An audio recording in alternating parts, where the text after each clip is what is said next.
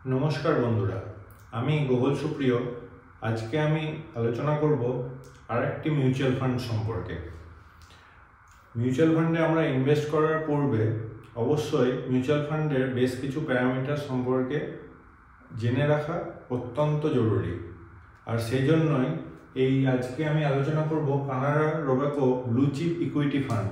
এই মিউচুয়াল ফান্ডটার যে সমস্ত তথ্যগুলো আমাদের জেনে রাখা উচিত ইনভেস্ট করার পূর্বে, বা আপনারা যদি ইনভেস্ট অলরেডি এই ফান্ডে করে ফেলেছেন তাহলেও এই ইনফরমেশনগুলো অতি অবশ্যই ফান্ডটার সম্পর্কে জেনে রাখুন। চলুন শুরু করি। আজকে স্কিমের নাম হচ্ছে Canara Robeco blue chip equity fund.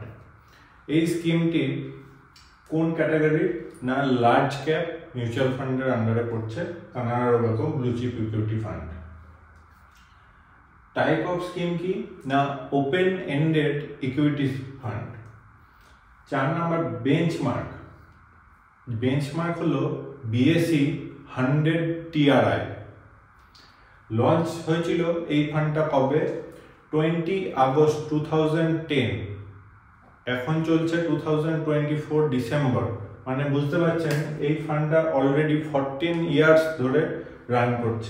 এই ফান্ডটার ফান্ড ম্যানেজাররা কারা? এই ফান্ডটি ম্যানেজ করছেন বিশাল মিশ্রা স্যার অ্যান্ড শ্রী দত্ত ভান্ডওয়ালদার। এই ফান্ডটার বর্তমানে ন্যাব কত চলছে? ন্যাব অর্থাৎ নেট অ্যাসেট ভ্যালু, ন্যাব হলো 62.68 as on date 6 December 2024। Latest AUM কত? as on 31st October 2024 latest AUM হলো 14,580 crore। এই ফান্ডটার এক্সপেন্স রেশিও কত না 1.66%।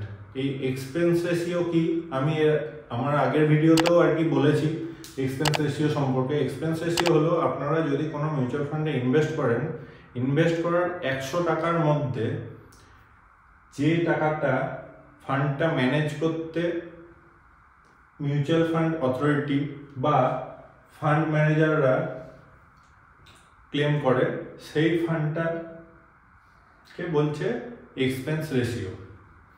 এই ফান্ডের এক্সপেন্স রেশিও হলো 1.66%।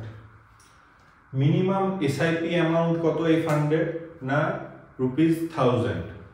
1000 টাকা দিয়ে শুরু করতে পারবেন আপনারা এই ফান্ডে এসআইপি করতে হলে। এই ফান্ডে মিনিমাম লামসাম ইনভেস্টমেন্ট অ্যামাউন্ট কত না ₹5000। ফার্স্ট পারচেসের ক্ষেত্রে প্রথমবার লামসাম ইনভেস্ট করছেন তার জন্য 5000 টাকা দিয়ে ফান্ডটাতে ইনভেস্ট করতে হবে। এছাড়া মিনিমাম ইনভেস্টমেন্ট অ্যামাউন্ট হলো 1000 টাকা অ্যাডিশনাল পারচেসের ক্ষেত্রে। এই ফান্ডটার এক্সিট লোড কত?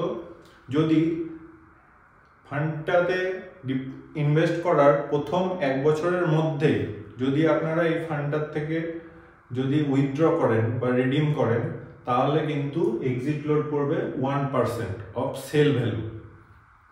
এই ফান্ডটার রিটার্ন কিরকম দিয়েছে দেখে নিন।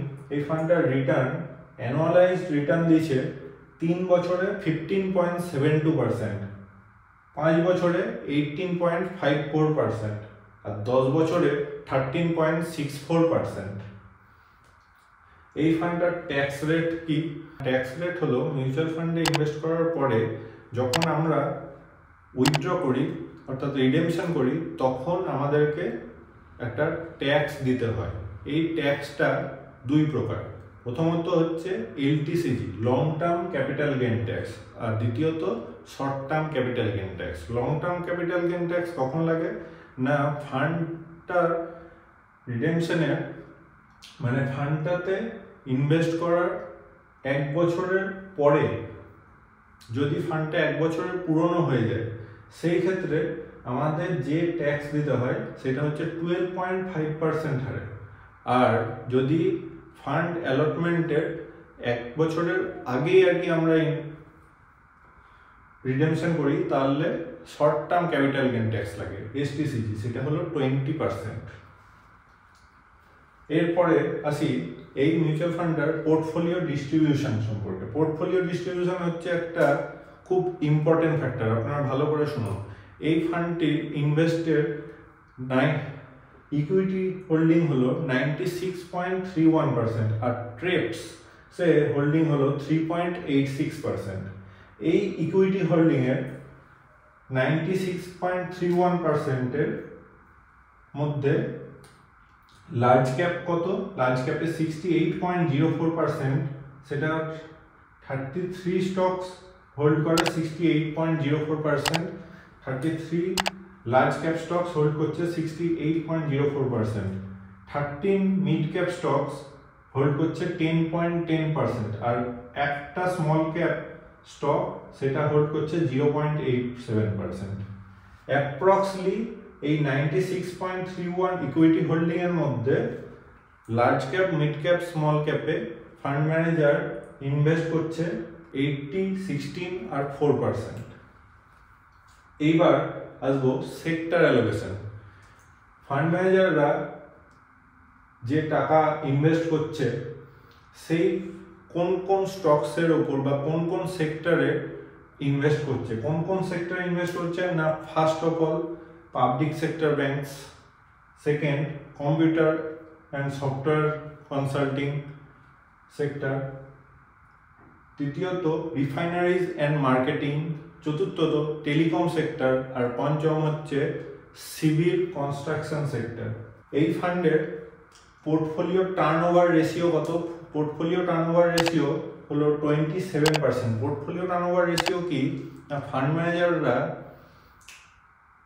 কতবার তাদের স্টক চেঞ্জ করছে সেই রেশিওটা হলো 27%, যেটা মূলত অনেক কম।